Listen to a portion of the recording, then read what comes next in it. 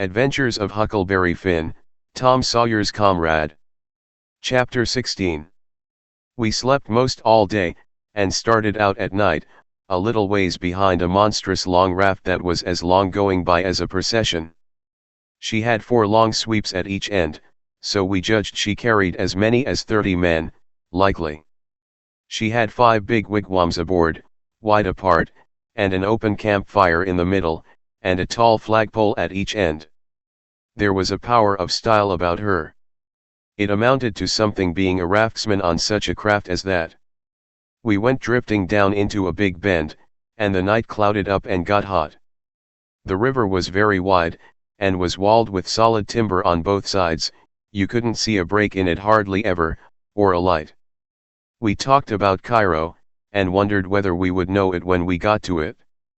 I said likely we wouldn't, because I had heard say there weren't but about a dozen houses there, and if they didn't happen to have them lit up, how was we going to know we was passing a town? Jim said if the 2 big rivers joined together there, that would show. But I said maybe we might think we was passing the foot of an island and coming into the same old river again. That disturbed Jim, and me too. So the question was, what to do? I said, paddle ashore the first time a light showed, and tell them Pap was behind, coming along with a trading scow, and was a green hand at the business, and wanted to know how far it was to Cairo. Jim thought it was a good idea, so we took a smoke on it and waited. There weren't nothing to do now but to look out sharp for the town, and not pass it without seeing it. He said he'd be mighty sure to see it, because he'd be a free man the minute he seen it, but if he missed it he'd be in a slave country again and no more show for freedom. Every little while he jumps up and says, "Da she is." But it warn't he. It was jack-o'-lanterns, or lightning bugs, so he sat down again, and went to watching, same as before. Jim said it made him all over trembly and feverish to be so close to freedom. Well, I can tell you it made me all over trembly and feverish, too, to hear him, because I begun to get it through my head that he was most free, and who was to blame for it? Why, me. I couldn't get that out of my conscience, no how nor no way. It got to troubling me so I couldn't rest, I couldn't stay still in one place. It hadn't ever come home to me before, what this thing was that I was doing. But now it did, and it stayed with me, and scorched me more and more. I tried to make out to myself that I warn't to blame, because I didn't run Jim off from his rightful owner, but it warn't no use. Conscience up and says, every time, but you knowed he was running for his freedom. And you could a paddled ashore and told somebody. That was so, I couldn't get around that no way. That was where it pinched. Conscience says to me, what had poor Miss Watson done to you that you could see her nigger go off right under your eyes and never say one single word? What did that poor old woman do to you that you could treat her so mean? Why, she tried to learn you your book, she tried to learn you your manners, she tried to be good to you every way she knowed how. That's what she done. I got to feeling so mean and so miserable I most wished I was dead. I fidgeted up and down the raft, abusing myself to myself, and Jim was fidgeting up and down past me. We neither of us could keep still. Every time he danced around and says, "Das Cairo." It went through me like a shot, and I thought if it was Cairo I reckoned I would die of miserableness. Jim talked out loud all the time while I was talking to myself. He was saying how the first thing he would do when he got to a free state he would go to saving up money and never spend a single cent, and when he got enough he would buy his wife, which was owned on a farm close to where Miss Watson lived, and then they would both work to buy the 2 children, and if their master wouldn't sell them, they'd get an abolitionist to go and steal them. It most froze me to hear such talk. He wouldn't ever dared to talk such talk in his life before. Just see what a difference it made in him the minute he judged he was about free. It was according to the old saying, give a nigger an inch and he'll take an ell. Thinks I, this is what comes of my not thinking. Here was this nigger, which I had as good as helped to run away, coming right out flat-footed and saying he would steal his children, children that belonged to a man I didn't even know, a man that hadn't ever done me no harm. I was sorry to hear Jim say that, it was such a lowering of him. My conscience got to stirring me up hotter than ever, until at last I says to it, let up on me, it ain't too late yet, I'll paddle ashore at the first light and tell. I felt easy and happy and light as a feather right off. All my troubles was gone. I went to looking out sharp for a light, and sort of singing to myself. By and by one showed. Jim sings out. We safe, Huck, we safe. Jump up and crack yo heels. That's the good old Cairo at Los Ijis knows it. I says.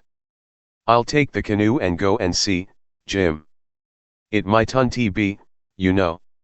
He jumped and got the canoe ready, and put his old coat in the bottom for me to set on, and give me the paddle, and as I shoved off, he says. Pooty soon I'll be a shout and for joy, and I'll say, it's all on accounts o' Huck, I's a free man, and I couldn't ever been free if it hadn't been for Huck, Huck done it. Jim won't ever forget you, Huck, you's the best friend Jim's ever had, and you's the only friend old Jim's got now. I was paddling off, all in a sweat to tell on him, but when he says this, it seemed to kind of take the tuck all out of me. I went along slow then, and I warn't right down certain whether I was glad I started or whether I warn't. When I was 50 yards off, Jim says. Da you goes, de old true Huck, de only white gentleman dat ever kept his promise to old Jim. Well, I just felt sick. But I says, I got to do it, I can't get out of it. Right then along comes a skiff with 2 men in it with guns, and they stopped and I stopped. One of them says. What's that yonder?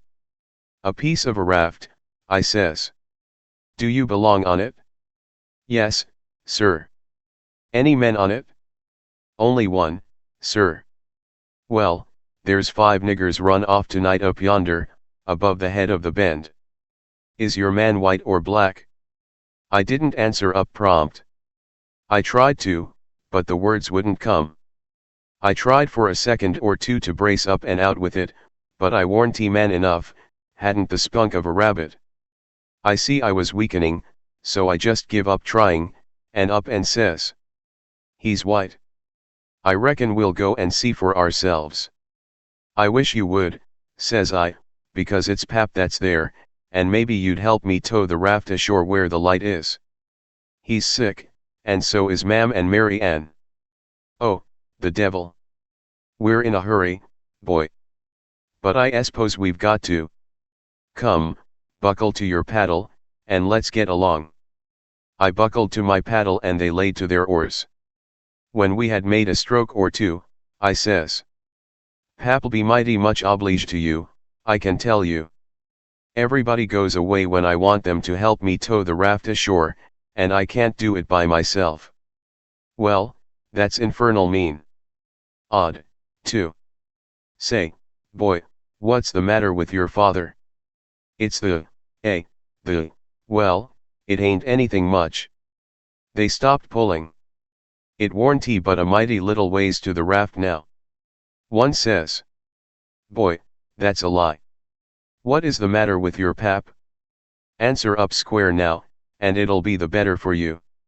I will, sir, I will, honest, but don't leave us, please. It's the, gentleman, if you'll only pull ahead, and let me heave you the headline, you won't have to come near the raft, please do. Set her back, John, set her back. Says one. They backed water. Keep away, boy, keep to leeward. Confound it, I just expect the wind has blowed it to us. Your pap's got the smallpox, and you know it precious well. Why didn't you come out and say so? Do you want to spread it all over? Well, says I, blubbering, I've told everybody before, and they just went away and left us. Poor devil, there's something in that. We are right down sorry for you, but well, hang it, we don't want the smallpox, you see. Look here, I'll tell you what to do. Don't you try to land by yourself, or you'll smash everything to pieces. You float along down about 20 miles, and you'll come to a town on the left-hand side of the river. It will be long after sunup then, and when you ask for help you tell them your folks are all down with chills and fever. Don't be a fool again, and let people guess what is the matter. Now we're trying to do you a kindness, so you just put 20 miles between us, that's a good boy. It wouldn't do any good to land yonder where the light is, it's only a wood yard. Say, I reckon your father's poor, and I'm bound to say he's in pretty hard luck. Here, I'll put a $20 gold piece on this board, and you get it when it floats by. I feel mighty mean to leave you, but my kingdom. It won't do to fool with smallpox, don't you see? Hold on, Parker, says the other man, here's a 20 to put on the board for me. Goodbye, boy, you do as Mr. Parker told you, and you'll be all right. That's so, my boy, goodbye, goodbye. If you see any runaway niggers you get help and nab them, and you can make some money by it. Goodbye, sir, says I won't let no runaway niggers get by me if I can help it. They went off and I got aboard the raft, feeling bad and low, because I knowed very well I had done wrong. And I see it warn't no use for me to try to learn to do right, a body that don't get started right when he's little ain't got no show, when the pinch comes there ain't nothing to back him up and keep him to his work, and so he gets beat. Then I thought a minute, and says to myself, hold on, s'pose you'd a done right and give Jim up, would you felt better than what you do now? No, says I'd feel bad, I'd feel just the same way I do now. Well, then, says I, what's the use you learning to do right when it's troublesome to do right and ain't no trouble to do wrong, and the wages is just the same? I was stuck. I couldn't answer that. So I reckoned I wouldn't bother no more about it, but after this always do whichever come handiest at the time. I went into the wigwam, Jim warn't there. I looked all around, he warn't anywhere. I says, Jim. Here I is, Huck. Is day out o' sight yet? Don't talk loud. He was in the river under the stern oar, with just his nose out. I told him they were out of sight, so he come aboard. He says. I was a-listenin' to all de talk, and I slips into de river and was gwine to shove for show if dey come aboard. Den I was gwine to swim to de RAF agin when dey was gone. But lawsy, how you did fool Huck. Dat was de smarts dodge. I tell you, Chilly, I spec it save ol' Jim ain't going to forget you for dat, honey. Then we talked about the money. It was a pretty good raise, $20 apiece. Jim said we could take deck passage on a steamboat now, and the money would last us as far as we wanted to go in the Free States. He said 20 mile more warn't far for the raft to go, but he wished we was already there. Towards daybreak we tied up, and Jim was mighty particular about hiding the raft good. Then he worked all day fixing things in bundles, and getting all ready to quit rafting. That night about 10 we hove in sight of the lights of a town away down in a left-hand bend. I went off in the canoe to ask about it. Pretty soon I found a man out in the river with a skiff, setting a trot line. I ranged up and says, Mister, is that town Cairo? Cairo. No. You must be a blame fool. What town is it, mister? If you want to know, go and find out. If you stay here both airin' around me for about a half a minute longer you'll get something you won't want. I paddled to the raft. Jim was awful disappointed, but I said never mind, Cairo would be the next place, I reckoned. We passed another town before daylight, and I was going out again, but it was high ground, so I didn't go. No high ground about Cairo, Jim said. I had forgot it. We laid up for the day on a towhead tolerable close to the left-hand bank. I begun to suspicion something. So did Jim. I says. Maybe we went by Cairo in the fog that night. He says. Don't least talk about it, Huck. Po niggers can't have no luck. I allus expected dat rattlesnake skin warn't done wid its work. I wish I'd never seen that snake skin, Jim, I do wish I'd never laid eyes on it. It ain't yo' fault, Huck, you didn't know. Don't you blame yourself 'bout it? When it was daylight, here was the clear Ohio water inshore, sure enough, and outside was the old regular muddy. So it was all up with Cairo. We talked it all over. It wouldn't do to take to the shore, we couldn't take the raft up the stream, of course. There warn't no way but to wait for dark, and start back in the canoe and take the chances. So we slept all day amongst the cottonwood thicket, so as to be fresh for the work, and when we went back to the raft about dark the canoe was gone. We didn't say a word for a good while. There warn't anything to say. We both knowed well enough it was some more work of the rattlesnake skin, so what was the use to talk about it? It would only look like we was finding fault, and that would be bound to fetch more bad luck, and keep on fetching it, too, till we knowed enough to keep still. By and by we talked about what we better do, and found there warn't no way but just to go along down with the raft till we got a chance to buy a canoe to go back in. We warn't going to borrow it when there warn't anybody around, the way Pap would do, for that might set people after us. So we shoved out after dark on the raft. Anybody that don't believe yet that it's foolishness to handle a snake skin, after all that snake skin done for us, will believe it now if they read on and see what more it done for us. The place to buy canoes is off of rafts laying up at shore. But we didn't see no rafts laying up, so we went along during 3 hours and more. Well, the night got gray and ruther thick, which is the next meanest thing to fog. You can't tell the shape of the river, and you can't see no distance. It got to be very late and still, and then along comes a steamboat up the river. We lit the lantern, and judged she would see it. Upstream boats didn't generally come close to us, they go out and follow the bars and hunt for easy water under the reefs, but nights like this they bull right up the channel against the whole river. We could hear her pounding along, but we didn't see her good till she was close. She aimed right for us. Often they do that and try to see how close they can come without touching. Sometimes the wheel bites off a sweep, and then the pilot sticks his head out and laughs, and thinks he's mighty smart.